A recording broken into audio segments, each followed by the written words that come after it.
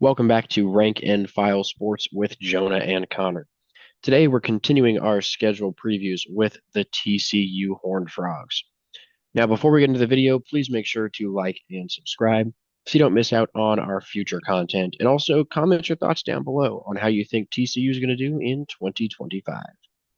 Taking a look at their schedule, got a few tricky games on here, including that first one at North Carolina, as well as having to play each of the top four teams in the Big 12 with Arizona State, Kansas State, Iowa State, and BYU, not to mention a former college football playoff team in the SMU Mustangs. Overall, very difficult schedule at an 8 out of 10, but they do get half of their games at home and half away, so it's an even split there. Starting off the season on a Monday night at North Carolina. North Carolina, obviously, the biggest hype is around their head coaching hire in Bill Belichick coming out of his short retirement and how he can turn this program around. I think this is a really interesting game to set up the both of these teams' college football season. I actually saw something a couple of weeks ago where TCU has been the center of a lot of college football seasons.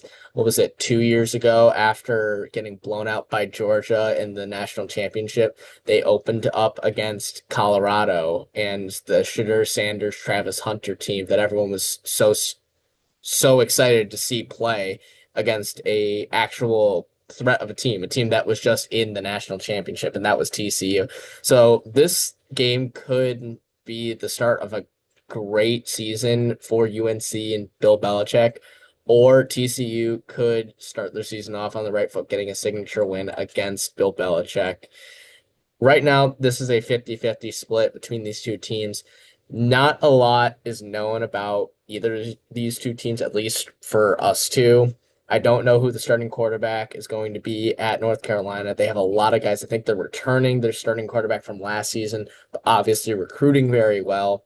TCU has their starting quarterback returning, but has lost basically their entire wide receiver room, so is going to lean heavily on new young guys filling those roles. Should be very interesting for their season as a whole. But giving this a 50-50 to start off the season, going into a very early bye week. After that, essentially another bye week with Abilene Christian. This one, 100% chance for TCU to win. Maybe that's a little bit dangerous given what Abilene Christian was able to do, almost beating Texas Tech last season. But we still think that most likely TCU is going to be able to take care of business here at home. Now, SMU, that is going to be a really tough matchup. You might be surprised that we have TCU favored just slightly here, but SMU, even though they made the college football playoff last season, honestly was probably just only slightly better than this TCU team talent-wise and really benefited from having an easier schedule. Having to go on the road to TCU, I think these teams are going to be pretty comparable this season. So, with the home field advantage, we're going to take this from a 50-50 to just a slightly favored game in the Horned Frogs' favor. Next up, TCU gets their turn to have a tough road game, having to face yet again another college football playoff team in Arizona State. The Sun Devils had a really great season last year, surprised a ton of people, and I think they're going to be really solid again this season. With TCU being on the road, while we think they're going to be very competitive in the Big 12 this season, that's definitely going to be a tough place to pull out a road victory, but it's not completely hopeless. We got about a 35% chance for a TCU win. Now you're facing Colorado back at home. This one, another really, really good game. That being said, Colorado is losing a lot, mainly Shadur Sanders and Travis Hunter, like Connor was talking about earlier. This is going to be one where TCU should be favored. So we're going to have them at about a 65% chance to get a win. After that, going on the road to face Kansas State. And the Wildcats are going to be another top team in the Big 12 this season. We think they'll be pretty comparable to Arizona State and one of those teams competing for the conference title. Avery Johnson back for another season. and he should be able to lead this Wildcats offense to another really productive season. It's going to come down to the defense a lot, and I think that this Kansas State defense should be improved from what we saw last season. So the Wildcats will be favored, but again, just like the Arizona State game, TCU is still going to have a chance here at about 35%. Baylor at home is going to be another pretty difficult game for TCU. This Baylor Bears team, it was really solid last year. The defense was what ended up costing them pretty much most of the games that they lost. The offense, really solid, should be solid again this year, and the defense maybe has made some improvements.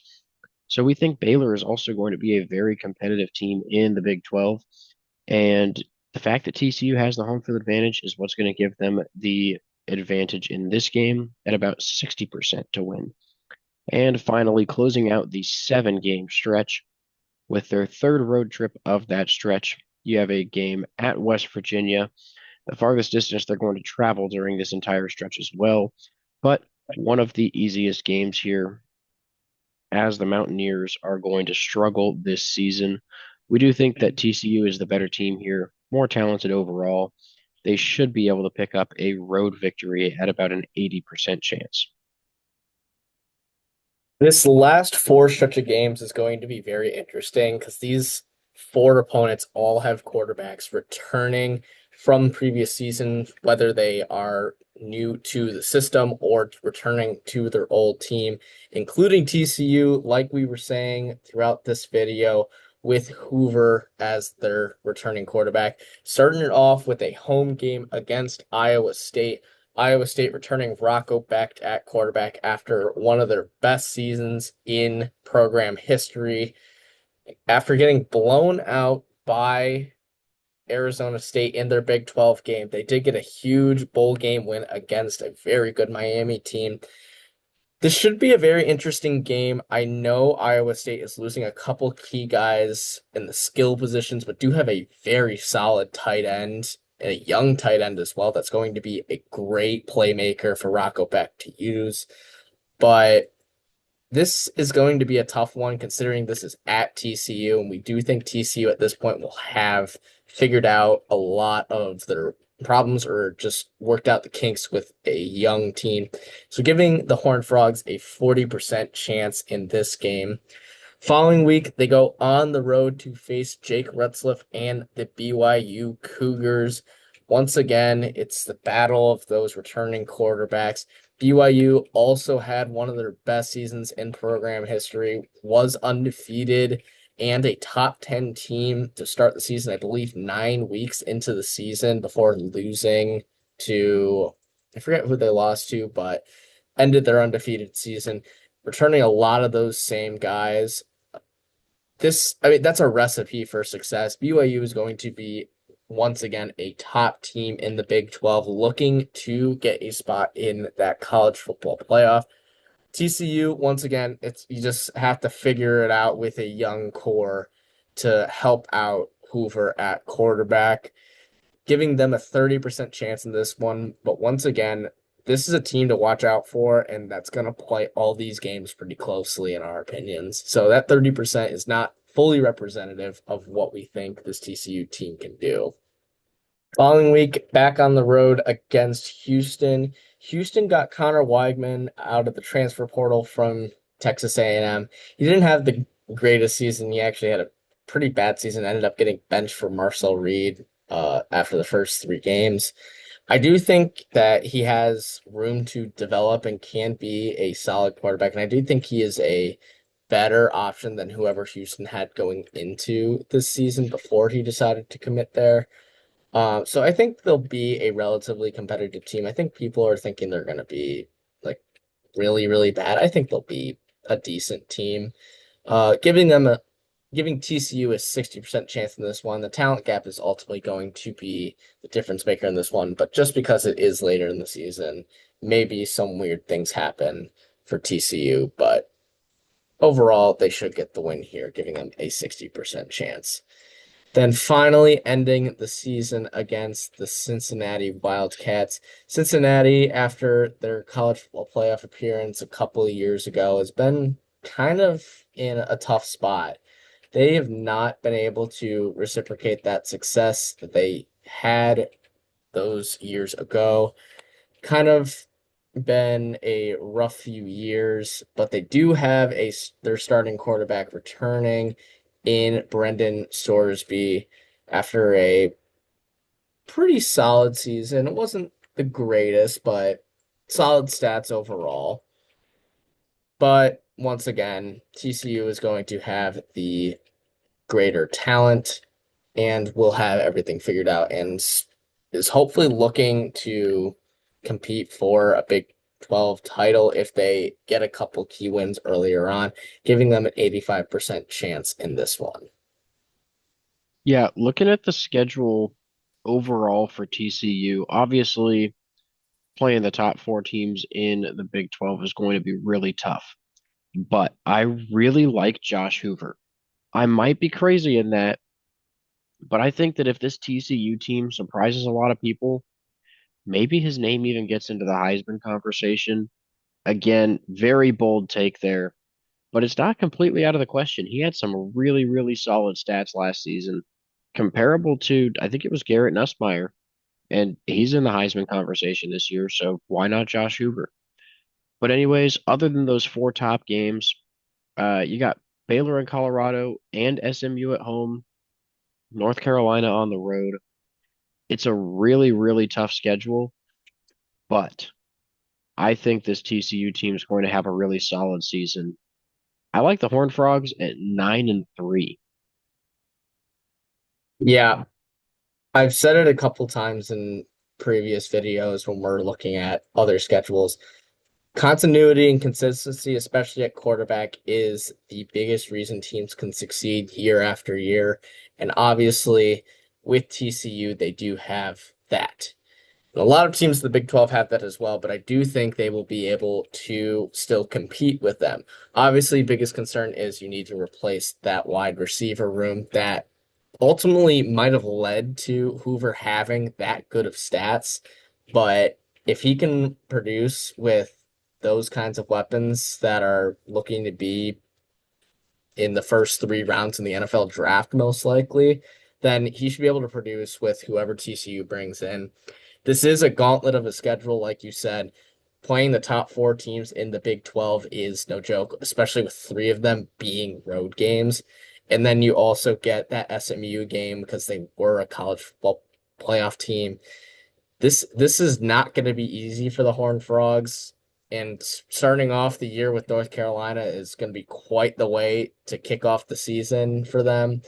But if they can string together a couple key wins and figure out how to navigate the season with a young team, I think they can succeed, and I think they'll be able to get to 9 wins. I think maybe 8 wins is a good floor, maybe even 7 wins if they get stuck in a rut. But I do think that 9-3 is an achievable record.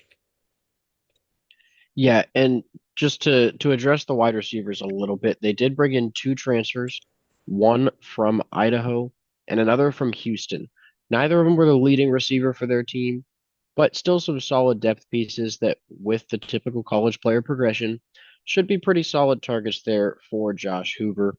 I'd expect both of them to probably start in as two of the starting receivers, and then obviously a few other younger guys on the team hopefully should step up for TCU. So overall, I think 9-3 is a very attainable record, but it's probably going to be the best that we would see this TCU team do. So looking at last year, the Horned Frogs did go 9-4 overall last season. Now, our projected record based on these percentages is only 6.95 wins and 5.05 losses. If you're wondering why that's so much lower than our prediction, it's really just because of all those tough games where TCU had percentages ranging from, 30 to 70%. All that adds up, but we end up having them winning 9 games overall, which is way higher than the Vegas over under, sitting at just 6.5, especially after how well TCU did that last season and returning their starting quarterback. I think that's a really low over under in my opinion. So we like TCU going 9-3. free. That being said, thank you guys for watching the video. Please make sure to like and subscribe, and we'll see you in our next video.